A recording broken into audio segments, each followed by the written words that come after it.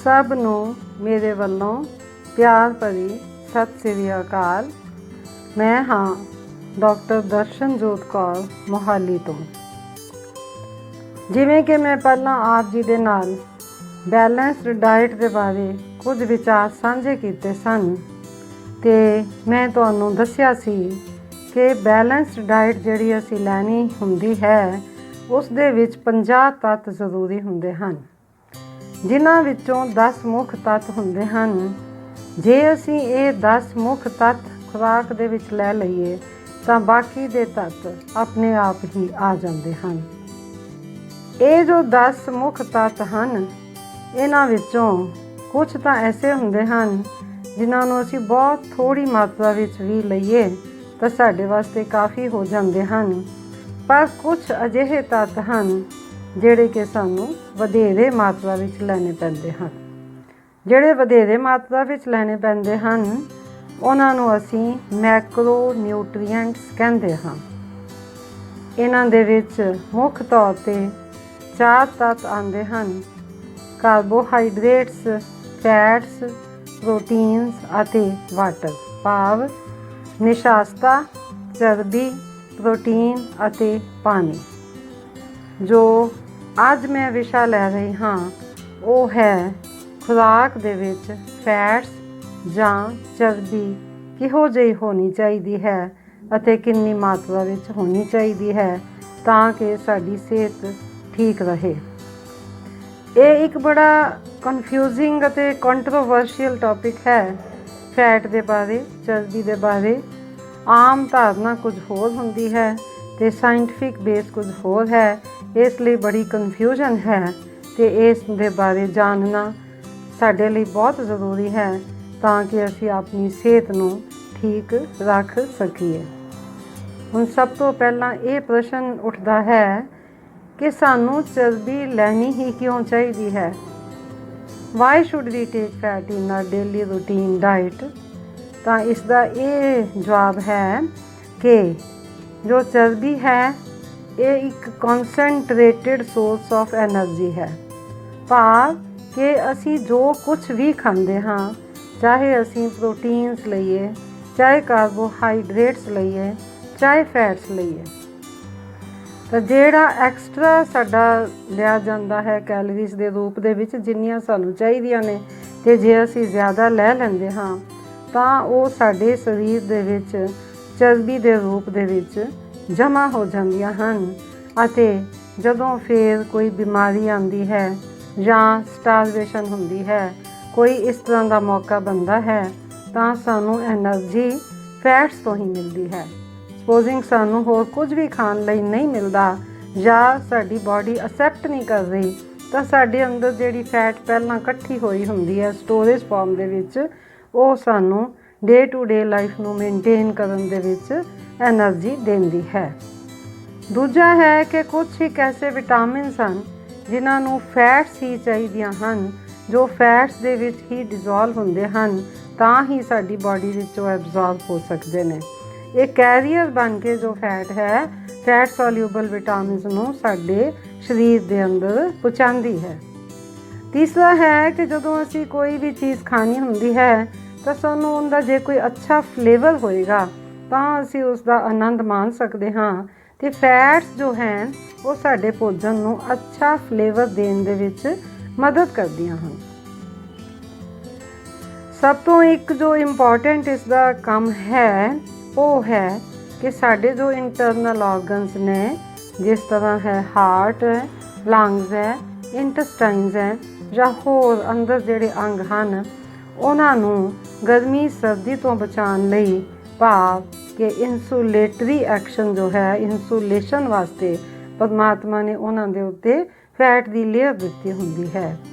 इसी तरह कोई झटका लग जाता है तो बफरिंग एक्शन वास्ते भी ये फैट जो है उन्हां अंगां दे उत्ते जिहड़ी लेयर जमी हुंदी है वो लोड़ींदी हुंदी है। इस करके जो इंटरनल ऑर्गन्स ने उन्हां दी इंसुलेशन अते बफरिंग वास्ते फैट की लोड़ हुंदी है। इसी तरह जो स्किन है, साडी चमड़ी है, उसकी हैल्थ वास्ते भी फैट की लोड़ है। आपां आम ही देखते हैं कि जिन्हां दी खुराक दे विच चर्बी बिल्कुल ही नहीं हुंदी ਉਹਨਾਂ ਦੀ ਸਕਿਨ ਜੋ ਹੈ ਉਸ ਦੇ ਗਲੋ ਹੁੰਦੀ ਹੋਈ ਨਹੀਂ, ਬਹੁਤ ਹੋਰ ਤਰ੍ਹਾਂ ਦੀ ਸਕਿਨ, ਟੋਡ ਵਰਗੀ ਸਕਿਨ ਉਹਨਾਂ ਦੀ ਬਣ ਜਾਂਦੀ ਹੈ। ਇਸੇ ਤਰ੍ਹਾਂ ਅੱਖਾਂ ਦੇ ਵਾਸਤੇ ਵੀ, ਆਈ ਸਾਈਟ ਵਾਸਤੇ ਵੀ ਅਤੇ ਆਈਜ਼ ਦੀ ਲੁੱਕ ਵਾਸਤੇ ਵੀ ਜੋ ਹੈ ਫੈਟ ਦਾ ਹੋਣਾ ਬਹੁਤ ਲੋੜੀਂਦਾ ਹੈ। ਸੋ ਆਪਾਂ ਨੂੰ ਇਹ ਸਮਝ ਹੁਣ ਆ ਹੀ ਗਈ ਹੈ ਕਿ ਫੈਟ ਆਪਾਂ ਇਹ ਨਹੀਂ ਕਰ ਸਕਦੇ ਕਿ ਫੈਟ ਫ੍ਰੀ ਡਾਈਟ ਬਿਲਕੁਲ ਲਈਏ, ਉਹ ਪੋਸੀਬਲ ਵੀ ਨਹੀਂ ਹੈ ਔਰ ਸਾਨੂੰ ਕਰਨਾ ਵੀ ਨਹੀਂ ਚਾਹੀਦਾ। ਸਾਨੂੰ ਕੁਝ ਨਾ ਕੁਝ ਫੈਟ ਦੀ ਲੋੜ ਹੁੰਦੀ ਹੈ ਤਾਂ ਕਿ ਸਾਡੀ ਸਿਹਤ ਠੀਕ ਰਹੇ। ਹੁਣ ਸਵਾਲ ਪੈਦਾ ਹੁੰਦਾ ਹੈ ਕਿ ਕਿੰਨੀ ਫੈਟ ਲਈ ਜਾਵੇ ਜਿਹੜੀ ਕਿ ਸਾਡੀ ਸਿਹਤ ਵਾਸਤੇ ਚੰਗੀ ਹੋਵੇ। ਇਹ ਇੱਕ ਸਾਇੰਟੀਫਿਕ ਅਸੂਲ ਹੈ ਕਿ ਜਿੰਨੀਆਂ ਅਸੀਂ ਕੈਲੋਰੀਜ਼ ਲੈਣੀਆਂ ਹਨ, ਜਿੰਨੀਆਂ ਆਈਡੀਅਲ ਕੈਲੋਰੀਜ਼ ਜਿਹੜੀਆਂ ਸਾਨੂੰ ਚਾਹੀਦੀਆਂ ਨੇ 24 ਘੰਟੇ ਦੇ ਵਿੱਚ, ਉਸ ਦਾ 30% ਹਿੱਸਾ ਹੈ ਜੋ ਉਹ ਫੈਟ ਤੋਂ ਆਉਣਾ ਚਾਹੀਦਾ। ਅਤੇ ਇਸ ਤਰ੍ਹਾਂ ਜੇ ਅਸੀਂ ਕੈਲਕੂਲੇਟ ਕਰੀਏ ਤਾਂ ਅਲੱਗ-ਅਲੱਗ ਭਾਰ ਜੋ ਹੈਲਦੀ ਵੇਟਸ ਹੈਗੇ ਨੇ, ਜਿਸ ਤਰ੍ਹਾਂ 55 ਤੋਂ ਲੈ ਕੇ ਯੂ ਕੈਨ ਸੇ 70 kg ਤੱਕ ਜਿਸ ਤਰ੍ਹਾਂ ਭਾਰ ਹੁੰਦਾ ਹੈ, ਤਾਂ ਉਹਦੀ 30% ਜੋ ਕੈਲਰੀਜ਼ ਬਣਦੀਆਂ ਨੇ ਉਹਦੇ ਵਿੱਚ ਲਗਭਗ ਜਿਹੜੇ ਪਤਲੇ ਬੰਦੇ ਨੇ ਜਾਂ ਘੱਟ ਭਾਰ ਵਾਲੇ ਬੰਦੇ ਨੇ ਉਹਨਾਂ ਨੂੰ 44 ਅਤੇ ਜਿਹੜੇ ਜ਼ਿਆਦਾ ਭਾਰ ਵਾਲੇ ਨੇ ਉਹਨਾਂ ਦੇ 70 ਗ੍ਰਾਮ ਇੰਨੀ ਕੁ ਫੈਟ ਜਿਹੜੀ ਹੈ ਰੋਜ਼ ਸਾਨੂੰ ਲੋੜੀਂਦੀ ਹੁੰਦੀ ਹੈ। ਭਾਵ ਕਿ ਸਾਡੀ ਡੇ ਟੂ ਡੇ ਜਿਹੜੀ ਰਿਕੁਆਇਰਮੈਂਟ ਫੈਟ ਦੀ ਹੈਗੀ ਹੈ ਉਹ ਹੈ 44 to 70 ਗ੍ਰਾਮਸ ਪਰ ਡੇ। ਆਪਾਂ ਹੁਣ ਸੋਚ ਰਹੇ ਹੋਵਾਂਗੇ ਕਿ ਇਹ ਤਾਂ ਬਹੁਤ ਜ਼ਿਆਦਾ ਹੈ, 44 to 70 ਗ੍ਰਾਮਸ ਫੈਟ ਜੇ ਅਸੀਂ ਰੋਜ਼ ਲਈਏ ਤਾਂ ਸਾਡਾ ਕੀ ਬਣੇਗਾ। ਪਰ ਐਸਾ ਨਹੀਂ। ਇਸ ਤਰ੍ਹਾਂ ਹੈ ਕਿ ਜਿਹੜੀ ਵੀ ਅਸੀਂ ਫੈਟ, ਜੋ ਅਸੀਂ ਖੁਰਾਕ ਖਾਂਦੇ ਹਾਂ, ਉਸ ਹਰੇਕ ਚੀਜ਼ ਦੇ ਵਿੱਚ ਕੁਛ ਨਾ ਕੁਛ ਮਾਤਰਾ ਫੈਟ ਦੀ ਹੁੰਦੀ ਹੈ। ਇਸ ਲਈ ਸਾਡੀ ਜਿਹੜੀ ਫੈਟ ਦੀ ਇਨਟੇਕ ਸਾਰੇ ਦਿਨ ਦੇ ਵਿੱਚ ਹੁੰਦੀ ਹੈ ਉਹ ਦੋ ਰੂਪਾਂ ਦੇ ਵਿੱਚ ਹੁੰਦੀ ਹੈ, ਦੋ ਤਰ੍ਹਾਂ ਨਾਲ ਹੁੰਦੀ ਹੈ। ਇੱਕ ਤਾਂ ਹੈ ਇਨਵਿਜ਼ੀਬਲ ਫੈਟ ਅਤੇ ਦੂਸਰੀ ਹੈ ਵਿਜ਼ੀਬਲ ਫੈਟ। ਇੱਕ ਤਾਂ ਸਾਨੂੰ ਨਜ਼ਰ ਆਉਂਦੀ ਹੈ ਜਿਹੜੀ ਕਿ ਅਸੀਂ ਫੈਟ ਦੇ ਰੂਪ ਵਿੱਚ ਸਿੱਧਾ ਲੈਂਦੇ ਹਾਂ, ਜਿਵੇਂ ਘਿਓ ਹੈ, ਮੱਖਣ ਹੈ, ਮਲਾਈ ਹੈ, ਤੇਲ ਹੈ, ਪਨੀਰ ਹੈ ਜਾਂ ਦੁੱਧ ਹੈ। ਅਤੇ ਇੱਕ ਹੁੰਦੀ ਹੈ ਇਨਵਿਜ਼ੀਬਲ ਜਿਹੜੀ ਕਿ ਸਾਨੂੰ ਨਜ਼ਰ ਨਹੀਂ ਆਉਂਦੀ, ਪਰ ਸਾਡੇ ਸਰੀਰ ਦੇ ਵਿੱਚ ਜੋ ਅਸੀਂ ਕੁਛ ਵੀ ਖਾਂਦੇ ਹਾਂ ਉਹਦੇ ਨਾਲ ਆਪਣੇ ਆਪ ਅੰਦਰ ਚਲੀ ਜਾਂਦੀ ਹੈ। ਜਿਸ ਤਰ੍ਹਾਂ ਕਿ ਆਪਾਂ ਅਨਾਜ ਖਾਂਦੇ ਹਾਂ, ਕਣਕ ਲੈਂਦੇ ਹਾਂ, ਚਾਵਲ ਹੈ, ਮੱਕੀ ਹੈ, ਇਹਨਾਂ ਦੇ ਨਾਲ ਕੁਛ ਜਿਹੜੀ ਇਹਦੇ 'ਚੋਂ ਅਸੀਂ ਜਦੋਂ ਦੇਖਦੇ ਹਾਂ ਕਿ ਨਿਊਟਰੀਐਂਟਸ ਕਿੰਨੇ ਨੇ, ਤਾਂ ਹਰ ਇੱਕ ਦੀ ਜਦੋਂ ਅਸੀਂ ਨਿਊਟ੍ਰੀਸ਼ਨ ਵੈਲਿਊ ਦੇਖਦੇ ਹਾਂ ਤਾਂ ਉਹਦੇ 'ਚ ਫੈਟ ਜ਼ਰੂਰ ਹੈ। ਕਿਸੇ ਵਿੱਚ ਜ਼ਿਆਦਾ ਹੈ, ਕਿਸੇ ਵਿੱਚ ਘੱਟ ਹੈ। ਮੱਕੀ ਵਿੱਚ ਜ਼ਿਆਦਾ ਹੈ, ਕਣਕ ਵਿੱਚ ਉਸ ਤੋਂ ਘੱਟ ਹੈ, ਰਾਈਸ ਵਿੱਚ ਉਸ ਤੋਂ ਵੀ ਘੱਟ ਹੈ। ਇਸ ਤਰ੍ਹਾਂ ਛੋਲਿਆਂ ਦੇ ਜਿਹੜੇ ਭੁੱਜੇ ਹੋਏ ਛੋਲੇ ਕਾਲੇ ਹੁੰਦੇ ਨੇ ਉਹਨਾਂ ਵਿੱਚ ਵੀ ਫੈਟ ਕਾਫੀ ਹੈ, ਜਿਸ ਤਰ੍ਹਾਂ ਕਿ 5.6% ਹੈ, ਜਾਂ ਮੇਜ਼ ਦੇ ਵਿੱਚ ਵੀ ਲਗਭਗ ਇੰਨੀ ਹੈ। ਅਤੇ ਇਸੇ ਤਰ੍ਹਾਂ ਜਿਹੜੀਆਂ ਅਸੀਂ ਕੋਈ ਦਾਲਾਂ ਲੈਂਦੇ ਹਾਂ ਉਹਨਾਂ ਦੇ ਵਿੱਚ ਵੀ ਹਰ ਇੱਕ ਦੇ ਵਿੱਚ ਫੈਟ ਹੁੰਦੀ ਹੈ। ਜੇ ਅਸੀਂ ਨਹੀਂ ਵੀ ਤੜਕਾ ਲਾਉਂਦੇ ਦਾਲ ਨੂੰ, ਜਾਂ ਅਸੀਂ ਪਰੌਂਠੀ ਦੇ ਰੂਪ ਵਿੱਚ ਜਾਂ ਚੋਪੜਨ ਦੇ ਰੂਪ ਵਿੱਚ ਫੁਲਕੇ ਦੇ ਉੱਤੇ ਜਾਂ ਚਾਵਲਾਂ ਦੇ ਵਿੱਚ ਨਹੀਂ ਪਾਉਂਦੇ, ਅਸੀਂ ਉਬਲੇ ਚਾਵਲ ਹੀ ਖਾ ਲੈਂਦੇ ਹਾਂ, ਜਾਂ ਅਸੀਂ ਇਸ ਤਰ੍ਹਾਂ ਜੋ ਵੀ ਖਾਂਦੇ ਹਾਂ ਅਨਾਜ ਜਾਂ ਦਾਲਾਂ ਜਾਂ ਡਰਾਈ ਫਰੂਟ ਜਾਂ ਬਿਸਕੁਟ ਹੈ, ਸਨੈਕਸ ਹੈ, ਕਿੰਨਾ ਕੁਝ ਅਸੀਂ ਰੋਜ਼ ਖਾਂਦੇ ਹਾਂ, ਉਹਨਾਂ ਸਾਰੀਆਂ ਚੀਜ਼ਾਂ ਦੇ ਵਿੱਚ ਫੈਟ ਆਪਣੇ ਆਪ ਅੰਦਰ ਚਲੀ ਜਾਂਦੀ ਹੈ, ਜਿਹੜੀ ਕਿ ਸਾਨੂੰ ਪਤਾ ਵੀ ਨਹੀਂ ਲੱਗਦੀ। ਉਹ ਜਾਣੀ ਹੀ ਜਾਣੀ ਹੈ, ਇਨਐਵੀਟੇਬਲ ਹੈ, ਉਹ ਜਾਣੀ ਜਾਣੀ। ਜਦੋਂ ਅਸੀਂ ਖਾਣਾ ਹੈ ਕੁਛ ਤਾਂ ਉਹ ਜਾਣਾ ਹੀ ਹੈ ਅੰਦਰ, ਅਤੇ ਉਹਦੇ ਨਾਲ ਜਿਹੜੀ ਉਹਦੇ ਵਿੱਚ ਫੈਟ ਹੈ ਇਨਵਿਜ਼ੀਬਲ ਫਾਰਮ ਦੇ ਵਿੱਚ, ਉਹ ਸਾਡੇ ਅੰਦਰ ਚਲੀ ਹੀ ਜਾਣੀ ਹੈ। ਅਤੇ ਬਾਕੀ ਜਿਹੜੀ ਕਮੀ ਰਹਿ ਜਾਂਦੀ ਹੈ ਉਹ ਅਸੀਂ ਆਪਣੀ ਫੈਟ ਦੀ ਪੂਰੀ ਕਰਨੀ ਹੁੰਦੀ ਹੈ। ਉਹਨੂੰ ਅਸੀਂ ਕਹਿੰਦੇ ਹਾਂ ਖੁਰਾਕ ਦੀ ਵਿਜ਼ੀਬਲ ਫੈਟ, ਭਾਵ ਕਿ ਜਿਹੜੀ ਸਾਨੂੰ ਨਜ਼ਰ ਆਉਂਦੀ ਹੈ, ਜਿਹੜੀ ਕਿ ਅਸੀਂ ਘਿਓ ਦੇ ਰੂਪ ਵਿੱਚ ਲੈਣੀ ਹੈ, ਮਲਾਈ ਦੇ, ਤੇਲ ਦੇ, ਜਾਂ ਦਹੀਂ ਜਾਂ ਪਨੀਰ ਦੇ ਰੂਪ ਵਿੱਚ ਲੈਣੀ ਹੁੰਦੀ ਹੈ। ਤਾਂ ਇਹ ਜਿਹੜੀ ਵਿਜ਼ੀਬਲ ਫੈਟ ਹੈ, ਸਾਡਾ ਜਿਹੜਾ ਅੱਜ ਦਾ ਟੌਪਿਕ ਹੈ, ਆਪਾਂ ਨੇ ਜੋ ਡਿਸਕਸ ਕਰਨਾ ਹੈ ਕਿ ਸਾਨੂੰ ਕਿਸ ਤਰ੍ਹਾਂ ਦੀ ਫੈਟ ਲੈਣੀ ਚਾਹੀਦੀ ਹੈ, ਕਿੰਨੀ ਫੈਟ ਲੈਣੀ ਚਾਹੀਦੀ ਹੈ, ਕਿਹੜੀ ਫੈਟ ਦੇ ਨੁਕਸਾਨ ਨੇ, ਕਿਹੜੀ ਫੈਟ ਦੇ ਫਾਇਦੇ ਨੇ। ਅੱਜ ਦਾ ਜਿਹੜਾ ਸਾਡਾ ਟੌਪਿਕ ਹੈ, ਮੇਨ ਸਾਨੂੰ ਇਸ ਚੀਜ਼ ਦੀ ਨੌਲੇਜ ਹੋਣੀ ਜ਼ਰੂਰੀ ਹੈ। ਉਹਦੇ ਵਾਸਤੇ ਮੈਂ ਤੁਹਾਨੂੰ ਅੱਜ ਇਸ ਟੌਪਿਕ ਦੇ ਬਾਰੇ ਕੁਝ ਦੱਸਦੀ ਹਾਂ। ਜੋ ਵਿਜ਼ੀਬਲ ਫੈਟ ਅਸੀਂ ਲੈਂਦੇ ਹਾਂ ਉਹ ਕਈ ਰੂਪਾਂ ਦੇ ਵਿੱਚ ਹੁੰਦੀ ਹੈ, ਜਿਸ ਤਰ੍ਹਾਂ ਕਿ ਸੈਚੂਰੇਟਿਡ ਫੈਟ ਹੈ ਅਤੇ ਅਨਸੈਚੂਰੇਟਿਡ ਫੈਟ ਹੈ, ਟਰਾਂਸ ਫੈਟ ਹੈ ਅਤੇ ਕੋਲੈਸਟਰੋਲ ਹੈ। ਹੁਣ ਸੈਚੂਰੇਟਿਡ ਫੈਟ ਕੀ ਹੁੰਦੀ ਹੈ? ਸੈਚੂਰੇਟਿਡ ਫੈਟ ਹੁੰਦੀ ਹੈ ਹਾਈਡਰੋਜਨੇਟਿਡ, ਜਿਹੜੀ ਨੈਚੁਰਲੀ ਹਾਈਡਰੋਜਨੇਟਿਡ ਹੁੰਦੀ ਹੈ, ਸੋਲਿਡ ਹੁੰਦੀ ਹੈ, ਜਿਸ ਤਰ੍ਹਾਂ ਘਿਓ ਹੈ, ਇਹ ਹੈ ਸੈਚੂਰੇਟਿਡ। ਇਹਦੇ ਵਿੱਚ ਪੂਰੀ ਸੈਚੂਰੇਸ਼ਨ ਹਾਈਡਰੋਜਨ ਦੀ ਹੁੰਦੀ ਹੈ। ਦੂਸਰਾ ਹੈ ਅਨਸੈਚੂਰੇਟਿਡ, ਜਿਹਦੇ ਵਿੱਚ ਹਾਈਡਰੋਜਨ ਬੌਂਡ ਘੱਟ ਹੁੰਦੇ ਨੇ। ਇਹ ਦੋ ਤਰ੍ਹਾਂ ਦੀ ਹੈ, ਇੱਕ ਹੈ ਮੋਨੋ ਅਨਸੈਚੂਰੇਟਿਡ, ਇੱਕ ਹੈ ਪੋਲੀ ਅਨਸੈਚੂਰੇਟਿਡ। ਮੋਨੋ ਅਨਸੈਚੂਰੇਟਿਡ ਨੂੰ ਅਸੀਂ ਕਹਿ ਦਿੰਦੇ ਹਾਂ ਮੂਫਾ, ਤੇ ਜਿਹੜੀ ਪੋਲੀ ਅਨਸੈਚੂਰੇਟਿਡ ਹੈ ਉਹਨੂੰ ਅਸੀਂ ਕਹਿ ਦਿੰਦੇ ਹਾਂ ਪੂਫਾ।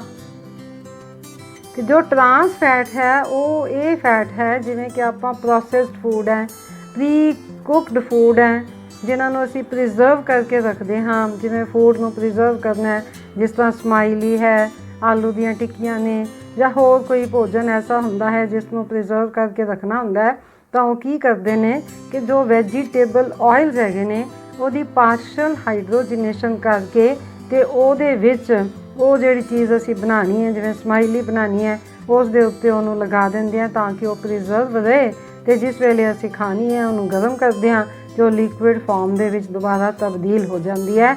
ਇਸ ਨੂੰ ਕਹਿੰਦੇ ਨੇ ਟਰਾਂਸ ਫੈਟ। ਇਸ ਤੋਂ ਇਲਾਵਾ ਹੈ ਕੋਲੈਸਟਰੋਲ।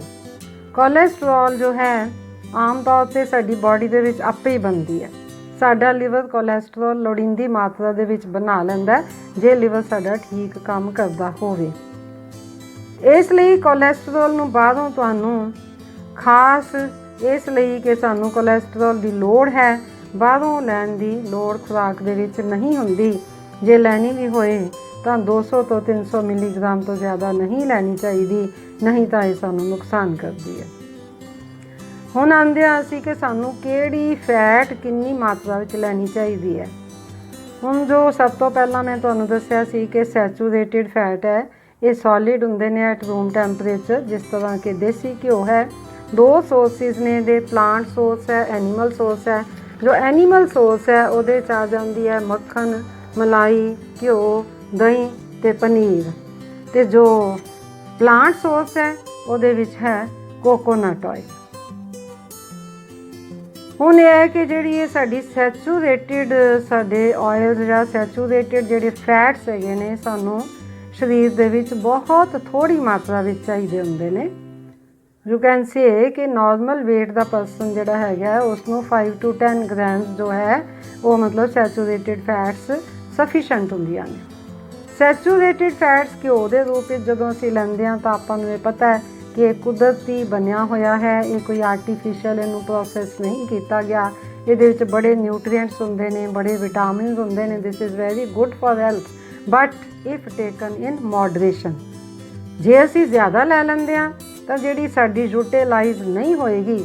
5 ਤੋਂ 10 ਗ੍ਰਾਮ ਤੋਂ ਜ਼ਿਆਦਾ ਜੇ ਅਸੀਂ ਮੱਖਣ, ਮਲਾਈ, ਘਿਓ ਸਾਰਾ ਕੁਝ ਕੰਬਾਈਨ ਕਰਕੇ ਜੇ 5 ਤੋਂ 10 ਗ੍ਰਾਮ ਤੋਂ ਜ਼ਿਆਦਾ ਸਾਡੇ ਅੰਦਰ ਸੈਚੂਰੇਟਿਡ ਫੈਟ ਜਾਂਦੀ ਹੈ ਤਾਂ ਉਹ ਫਿਰ ਕੋਲੈਸਟਰੋਲ ਦੇ ਵਿੱਚ ਤਬਦੀਲ ਹੋ ਜਾਂਦੀ ਹੈ ਜਾਂ LDL ਦੇ ਵਿੱਚ ਤਬਦੀਲ ਹੁੰਦੀ ਹੈ, ਜਿਹੜੀ ਕਿ ਸਾਡੇ ਹਾਰਟ ਨੂੰ ਨੁਕਸਾਨ ਪਹੁੰਚਾਉਂਦੀ ਹੈ। ਜੇਕਰ ਅਸੀਂ ਥੋੜ੍ਹੀ ਮਾਤਰਾ ਵਿੱਚ ਲੈਂਦੇ ਹਾਂ ਤਾਂ ਇਹਦੇ ਵਿੱਚ ਹਾਰਟ ਦੇ ਪ੍ਰੋਟੈਕਟਿਵ ਫੈਕਟਰਸ ਵੀ ਹੁੰਦੇ ਨੇ, ਪਰ ਜਦੋਂ ਅਸੀਂ ਇਸ ਮਾਤਰਾ ਤੋਂ ਵਧੇਰੇ ਲੈਂਦੇ ਹਾਂ ਤਾਂ ਇਹ ਸਾਨੂੰ ਨੁਕਸਾਨ ਪਹੁੰਚਾਉਂਦੀ ਹੈ, ਸਾਡੇ ਹਾਰਟ ਨੂੰ ਨੁਕਸਾਨ ਪਹੁੰਚਾਉਂਦੀ ਹੈ। ਇਸ ਕਰਕੇ ਸੈਚੂਰੇਟਿਡ ਜਾਂ ਘਿਓ, ਯੂ ਕੈਨ ਸੇ ਦੇਸੀ ਘਿਓ ਜਾਂ ਕੋਕੋਨਟ ਆਇਲ ਜਿਹੜਾ ਸਾਊਥ ਦੇ ਵਿੱਚ ਯੂਜ਼ ਹੁੰਦਾ ਹੈ, ਇਹ 5 ਤੋਂ 10 ਗ੍ਰਾਮ ਮਤਲਬ 1 ਤੋਂ 2 ਚਮਚਿਆਂ ਤੋਂ ਜ਼ਿਆਦਾ ਸਾਨੂੰ ਨਹੀਂ ਲੈਣੀ ਚਾਹੀਦੀ। ਭਾਵੇਂ ਅਸੀਂ ਇਸ ਨੂੰ ਪਰੌਂਠੇ ਦੇ ਰੂਪ ਵਿੱਚ ਜਾਂ ਫੁਲਕੇ ਦੇ ਉੱਤੇ ਲਗਾਈਏ ਜਾਂ ਸਬਜ਼ੀ 'ਚ ਪਾਈਏ ਜਾਂ ਚਾਵਲਾਂ, ਜਿਸ ਤਰ੍ਹਾਂ ਮਰਜ਼ੀ ਲਈਏ, ਇਸ ਤੋਂ ਜ਼ਿਆਦਾ ਸਾਨੂੰ ਨਹੀਂ ਲੈਣੀ ਚਾਹੀਦੀ। ਹੁਣ ਜੇ ਅਸੀਂ 5 ਤੋਂ 10 ਗ੍ਰਾਮ ਲੈਂਦੇ ਹਾਂ ਸੈਚੂਰੇਟਿਡ ਅਤੇ ਬਾਕੀ ਬਚ ਗਈ ਜਿਹੜੀ ਆਪਾਂ ਨੇ ਮਤਲਬ 30 ਤੋਂ 40 ਗ੍ਰਾਮ ਜਿਹੜੀ ਦਿਨ 'ਚ ਲੈਣੀ ਹੈ, ਲਗਭਗ 30 ਗ੍ਰਾਮ ਸਾਨੂੰ ਮਿਨੀਮਮ ਚਾਹੀਦੀ ਹੁੰਦੀ ਹੈ, ਤਾਂ ਉਹ ਅਸੀਂ ਜੋ ਪੂਰੀ ਕਰਨੀ ਹੈ ਉਹ ਅਨਸੈਚੂਰੇਟਿਡ ਆਇਲਸ ਤੋਂ ਪੂਰੀ ਕਰਨੀ ਹੈ। ਅਤੇ ਅਨਸੈਚੂਰੇਟਿਡ ਤੁਹਾਨੂੰ ਮੈਂ ਦੱਸੇ ਨੇ ਦੋ ਤਰ੍ਹਾਂ ਦੇ ਨੇ, ਇੱਕ ਹੈ ਮੂਫਾ ਅਤੇ ਇੱਕ ਹੈ ਪੂਫਾ। ਹੁਣ ਜਿਹੜੇ ਮੋਨੋ ਅਨਸੈਚੂਰੇਟਿਡ ਜਾਂ ਮੂਫਾ ਹੈਗੇ ਨੇ ਉਹ ਸਾਡੀ ਹੈਲਥ ਵਾਸਤੇ ਜ਼ਿਆਦਾ ਅੱਛੇ ਹੁੰਦੇ ਨੇ, ਅਤੇ ਪੂਫਾ ਪੋਲੀ ਅਨਸੈਚੂਰੇਟਿਡ ਜਿਹੜੇ ਨੇ ਉਹ ਕੰਪੈਰੇਟਿਵਲੀ ਜਿਹੜੇ ਨੇ ਆਪਣਾ ਮੋਨੋ ਨਾਲੋਂ ਘੱਟ ਹੈਲਦੀ ਹੁੰਦੇ ਨੇ। ਸੈਚੂਰੇਟਿਡ ਆਇਲਸ ਦੇ ਨਾਲੋਂ ਜਾਂ ਸੈਚੂਰੇਟਿਡ ਫੈਟਸ ਨਾਲੋਂ ਇਹ ਦੋਨੋਂ ਅੱਛੀਆਂ ਹੁੰਦੀਆਂ ਨੇ, ਮੋਨੋ ਵੀ ਅਤੇ ਪੋਲੀ ਵੀ। ਪਰ ਜੇ ਮੋਨੋ ਅਤੇ ਪੋਲੀ ਨੂੰ ਅਸੀਂ ਪੂਫਾ ਅਤੇ ਮੂਫਾ ਨੂੰ ਕੰਪੇਅਰ ਕਰੀਏ ਤਾਂ ਮੂਫਾ ਆਇਲਸ ਜਿਹੜੇ ਨੇ ਉਹ ਸਾਡੀ ਸਿਹਤ ਵਾਸਤੇ ਬਹੁਤ ਪੋਲੀ ਨਾਲੋਂ ਬੈਟਰ ਹੁੰਦੇ ਨੇ। ਜਿਹੜੇ ਸਾਡੇ ਪ੍ਰਿੰਸੀਪਲਸ ਆਫ ਫੈਟ ਇਨਟੇਕ ਹੈ ਉਹ ਇੱਕ ਤਾਂ ਮੈਂ ਤੁਹਾਨੂੰ ਦੱਸ ਦਿੱਤਾ ਹੈ ਕਿ ਸੈਚੂਰੇਟਿਡ ਫੈਟ ਜਿਹੜੀ it should not be more than 10 grams ਪਰ ਡੇ। ਤੇ ਇਸੇ ਤਰ੍ਹਾਂ ਜੇ ਆਪਾਂ ਇਹ ਦੇਖੀਏ ਕਿ ਜਿਹੜੀ ਸਾਡੀ ਹੈ ਅਨਸੈਚੂਰੇਟਿਡ ਹੈ, ਮੋਨੋ ਅਨਸੈਚੂਰੇਟਿਡ ਹੈ, ਪੋਲੀ ਅਨਸੈਚੂਰੇਟਿਡ ਹੈ, ਦੋਨੋਂ ਮਿਲਾ ਕੇ ਇਹ ਸਾਡੀਆਂ ਜਿਹੜੀਆਂ ਹੈਗੀਆਂ ਨੇ ਮੋਨੋ ਅਨਸੈਚੂਰੇਟਿਡ ਜਿਹੜੀ ਹੈ 20 ਤੋਂ 25 ਗ੍ਰਾਮ ਤੋਂ ਜ਼ਿਆਦਾ ਨਹੀਂ ਹੋਣੀ ਚਾਹੀਦੀ, ਤੇ ਜਿਹੜੀ ਪੋਲੀ ਅਨਸੈਚੂਰੇਟਿਡ ਹੈ ਇਹ 10 ਤੋਂ 15 ਗ੍ਰਾਮ ਤੋਂ ਜ਼ਿਆਦਾ ਨਹੀਂ ਹੋਣੀ ਚਾਹੀਦੀ।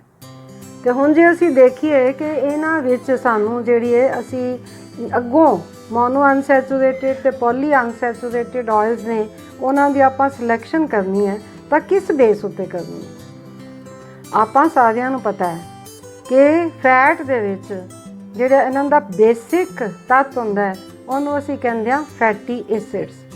ਬਹੁਤ ਸਾਰੇ ਫੈਟੀ ਐਸਿਡਸ ਹੁੰਦੇ ਨੇ ਫੈਟਸ ਦੇ ਵਿੱਚ ਜਿਹੜੇ ਸਾਡੀ ਸਿਹਤ ਲਈ ਜ਼ਰੂਰੀ ਨੇ, ਤੇ ਇਹਨਾਂ ਵਿੱਚੋਂ ਦੋ ਜਿਹੜੇ ਸਭ ਤੋਂ ਜ਼ਿਆਦਾ ਜ਼ਰੂਰੀ ਨੇ ਉਹ ਹੈਗੇ ਨੇ ਓਮੇਗਾ 3 ਫੈਟੀ ਐਸਿਡਸ ਤੇ ਓਮੇਗਾ 6 ਫੈਟੀ ਐਸਿਡਸ। ਜੋ ਓਮੇਗਾ 3 ਵੀ ਸਾਡੇ ਲਈ ਜ਼ਰੂਰੀ ਹੈ ਤੇ ਓਮੇਗਾ 6 ਵੀ ਸਾਡੇ ਲਈ ਜ਼ਰੂਰੀ ਹੈ। ਓਮੇਗਾ 3 ਸਾਡੇ ਹਾਰਟ ਦੀ ਫੰਕਸ਼ਨਿੰਗ ਲਈ, ਬ੍ਰੇਨ ਦੀ ਫੰਕਸ਼ਨਿੰਗ ਲਈ ਤੇ ਆਈਜ਼ ਦੀ ਫੰਕਸ਼ਨਿੰਗ ਲਈ ਜ਼ਰੂਰੀ ਹੈ।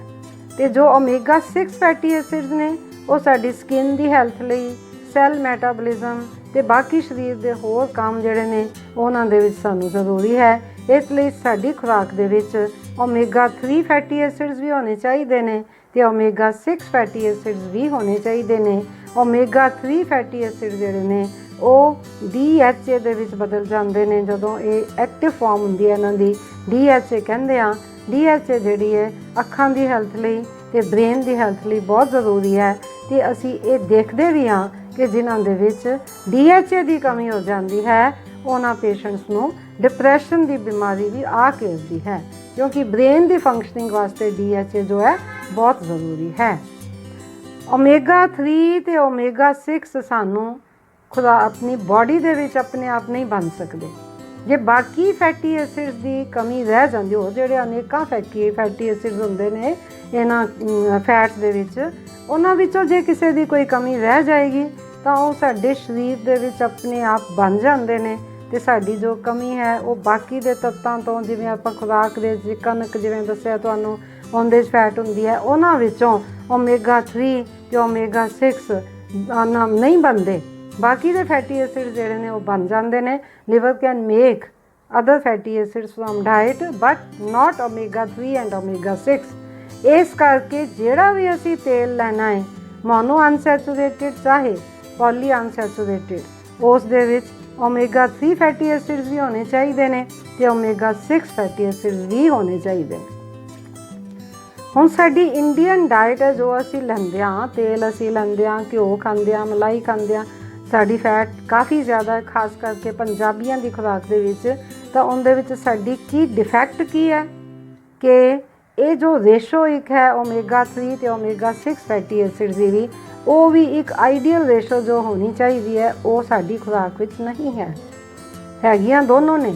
ਜਿੰਨੇ ਅਸੀਂ ਤੇਲ ਖਾਂਦੇ ਹਾਂ, ਸਰੋਂ ਦਾ ਤੇਲ ਹੈ, ਗਰਾਊਂਡਨਟ ਆਇਲ ਹੈ ਜਾਂ ਹੋਰ ਕੋਕੋਨਟ ਆਇਲ ਹੈ, ਜਿੰਨੇ ਵੀ ਆਇਲਸ ਨੇ ਉਹਨਾਂ 'ਚ ਓਮੇਗਾ 6 ਓਮੇਗਾ 3, ਕੋਕੋਨਟ ਵਿੱਚ ਤਾਂ ਸਿਰਫ ਓਮੇਗਾ 6 ਹੀ ਹੁੰਦਾ, ਪਰ ਬਾਕੀਆਂ ਦੇ ਵਿੱਚ ਓਮੇਗਾ 3 ਓਮੇਗਾ 6 ਦੋਨੋਂ ਹੁੰਦੇ ਹਨ। ਪਰ ਜਿਸ ਮਾਤਰਾ ਦੇ ਵਿੱਚ ਅਸੀਂ, ਜਿਸ ਤਰੀਕੇ ਦੇ ਨਾਲ ਇੰਡੀਅਨ ਖੁਰਾਕ ਹੈ ਉਹਦੇ ਨਾਲ ਕੀ ਹੈ ਕਿ ਜੋ ਰੇਸ਼ੋ ਹੈ ਉਹ ਜੋ ਪ੍ਰੋਪਰ ਆਈਡੀਅਲ ਰੇਸ਼ੋ ਹੈ ਉਹ ਮੇਨਟੇਨ ਨਹੀਂ ਹੁੰਦੀ। ਜੋ ਆਈਡੀਅਲ ਰੇਸ਼ੋ ਹੈ ਓਮੇਗਾ 3 ਤੇ ਓਮੇਗਾ 6 ਦੀ, ਓਮੇਗਾ 6 5 ਹਿੱਸੇ ਤੇ ਓਮੇਗਾ 3 1 ਹਿੱਸਾ ਹੋਣੀ ਚਾਹੀਦੀ ਹੈ। ਓਮੇਗਾ 6 5 ਤੋਂ 10 ਮੈਕਸਿਮਮ 10, ਤੇ ਜੋ ਓਮੇਗਾ 3 ਹੈ 1, ਇਹ ਰੇਸ਼ੋ ਹੋ ਗਈ। ਪਰ ਜੋ ਅਸੀਂ ਖਾਂਦੇ ਹਾਂ ਉਹਦੇ 'ਚ ਕਿਹੜੀ ਰੇਸ਼ੋ ਹੈ? Omega 6 is 30 to 70 and omega 3 is 1। That means 5:1 ਦੀ ਜਗ੍ਹਾ 'ਤੇ 30:1 ਹੈ। ਜਦੋਂ ਓਮੇਗਾ 6 ਦੀ ਰੇਸ਼ੋ 30:1, 30 ਹੈ ਓਮੇਗਾ 6 ਤੇ ਓਮੇਗਾ 3 1, ਤਾਂ ਓਮੇਗਾ 6 ਦੀ ਬਹੁਤਾਤ ਹੋ ਜਾਂਦੀ ਹੈ ਜਿਹੜੀ ਕਿ ਨੁਕਸਾਨਦਾਇਕ ਹੈ। ਇਹਦੇ ਨਾਲ ਸਾਨੂੰ ਹਾਰਟ ਦੀਆਂ ਪ੍ਰੋਬਲਮਸ ਹੁੰਦੀਆਂ ਨੇ। ਇਹ ਜਿਹੜੀ ਸਾਡੀ ਚਰਬੀ ਹੈ ਇਹ ਜੰਮ ਜਾਂਦੀ ਹੈ ਜਾ ਕੇ ਨਸਾਂ ਦੇ ਵਿੱਚ, ਬਲੱਡ ਪ੍ਰੈਸ਼ਰ ਵੱਧ ਜਾਂਦਾ ਹੈ ਤੇ ਹਾਰਟ ਦੀ ਪ੍ਰੋਬਲਮ ਹੋ ਜਾਂਦੀ ਹੈ। ਇਸ ਕਰਕੇ ਜਦੋਂ ਵੀ ਅਸੀਂ ਤੇਲ ਦੀ ਸਿਲੈਕਸ਼ਨ ਕਰਨੀ ਹੈ, ਚਾਹੇ ਉਹ ਮੋਫਾ ਹੋਏ ਚਾਹੇ ਪੂਫਾ ਹੋਏ, ਆਪਾਂ ਨੂੰ ਇਹ ਦੇਖਣਾ ਬਣਦਾ ਹੈ ਕਿ ਕਿਹਦੇ ਵਿੱਚ ਓਮੇਗਾ 3 ਕਿੰਨੀ ਹੈ ਤੇ ਓਮੇਗਾ 6 ਕਿੰਨੀ ਹੈ, ਉਹਦੇ ਹਿਸਾਬ ਨਾਲ ਸਾਨੂੰ ਲੈਣੀ ਚਾਹੀਦੀ ਹੈ। ਜਿਸ ਤਰ੍ਹਾਂ ਫॉर ਐਗਜ਼ਾਮਪਲ ਮੈਂ ਤੁਹਾਨੂੰ ਦੱਸ ਦਿੰਦੀ ਹਾਂ ਕਿ ਜਿਵੇਂ ਸੋਇਆਬੀਨ ਦਾ ਤੇਲ ਹੈ, ਉਹਦੀ omega 6 to omega 3 ratio is 7.2:1। That means ਇਹ ਠੀਕ ਹੈ, 5 ਤੋਂ 10 ਵਿੱਚ ਚਾਹੀਦੀ ਹੈ ਤੇ ਇਹ 7.2 ਹੈ। ਇसी तरह जो ऑलिव ऑयल है उसकी लगभग 10 के नेड़े हैगी है, 10 to 11:1। इसलिए ऑलिव ऑयल भी ठीक है, सोयाबीन ऑयल भी ठीक है। ਆਪਾਂ देसी घ्यो जिवें लै लिया 5 ਤੋਂ 10 ग्राम, तो हुण ਇਹ ਜਿਹੜੇ ਹੈਗੇ ने सोयाबीन ऑयल ਤੇ दूसरा मैं ਤੁਹਾਨੂੰ ਦੱਸਿਆ ऑलिव ऑयल, ਇਹਨਾਂ ਦੀ ਰੇਸ਼ੋ ਜਿਹੜੀ ਹੈ ਇਹ ਅਨਸੈਚੂਰੇਟਿਡ ਆਇਲਸ ਹੈਗੇ ਨੇ, ਇਹ ਅਸੀਂ ਕੰਬਾਈਨ ਕਰ ਸਕਦੇ ਹਾਂ। ਇਹ ਭਾਵੇਂ ਤੁਸੀਂ ਸੋਇਆਬੀਨ ਦਾ ਲੈ ਲਵੋ, ਚਾਹੇ ਤੁਸੀਂ ਆਪਣਾ ऑलिव ऑयल ਲੈ ਲਓ, ਇਹ ਤੁਹਾਡੀ ਜਿਹੜੀ ਓਮੇਗਾ 6 ਟੂ ਓਮੇਗਾ 3 ਰੇਸ਼ੋ ਜਿਹੜੀ ਹੈ ਉਸ ਨੂੰ ਮੇਨਟੇਨ ਕਰ ਸਕਦੇ ਹਨ। ਤੇ ਇਸੇ ਤਰ੍ਹਾਂ ਜੋ ਕਨੋਲਾ ਆਇਲ ਹੈ, ਜਿਵੇਂ ਹੁਣ ਸਪੋਜ਼ ਆਪਾਂ ਕਹਿੰਦੇ ਹਾਂ ਕਿ ਸਾਡੀ ਖੁਰਾਕ ਦੇ ਵਿੱਚ ਓਮੇਗਾ 6 ਜ਼ਿਆਦਾ ਹੈ ਤੇ ਓਮੇਗਾ 3 ਘੱਟ ਹੈ, ਤੇ ਜੇ ਅਸੀਂ ਇਹ ਸੋਚੀਏ ਕਿ ਆਪਾਂ ਓਮੇਗਾ 6 ਤੇ ਸਾਨੂੰ ਘਿਓ ਤੋਂ ਮਿਲ ਜਾਣਾ ਹੈ ਤੇ ਆਪਾਂ ਜ਼ਿਆਦਾ ਓਮੇਗਾ 3 ਵਾਲੀ ਜਿਹੜਾ ਆਇਲ ਹੈ ਉਹ ਲੈ ਲਈਏ, ਤਾਂ ਇੱਕ ਮੋਨੋਸੈਚੂਰੇਟਿਡ ਤੇ ਦੂਸਰਾ ਓਮੇਗਾ 3 ਜ਼ਿਆਦਾ ਹੋਵੇ, ਸਾਡੀ ਜੇ ਇਹ ਚੋਇਸ ਹੋਏ ਤਾਂ ਫਿਰ ਕਨੋਲਾ ਆਇਲ ਇਜ਼ ਬੈਸਟ। ਫਿਰ ਅਸੀਂ ਕਨੋਲਾ ਆਇਲ ਲੈ ਲਈਏ ਤੇ ਘਿਓ ਲੈ ਲਈਏ ਤਾਂ that will be doing for serving our purpose.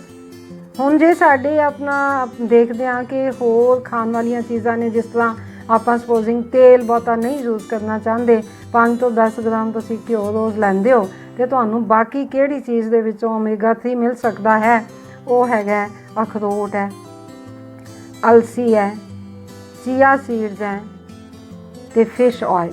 ਜਿਵੇਂ ਅੱਗੇ ਬੱਚਿਆਂ ਨੂੰ ਮੱਛੀ ਦਾ ਤੇਲ ਜ਼ਰੂਰ ਦਿੰਦੇ ਸੀ ਕਿ ਦਿਮਾਗ ਵਾਸਤੇ ਚੰਗਾ ਹੁੰਦਾ, ਉਹਦੇ ਬਿਹਾਈਂਡ ਰੀਜ਼ਨ ਇਹ ਹੀ ਸੀਗਾ ਕਿ ਇਹਦੇ ਵਿੱਚ ਓਮੇਗਾ 3 ਹੈ ਤੇ ਇਹ ਮੋਨੋ ਅਨਸੈਚੂਰੇਟਿਡ ਹੈ।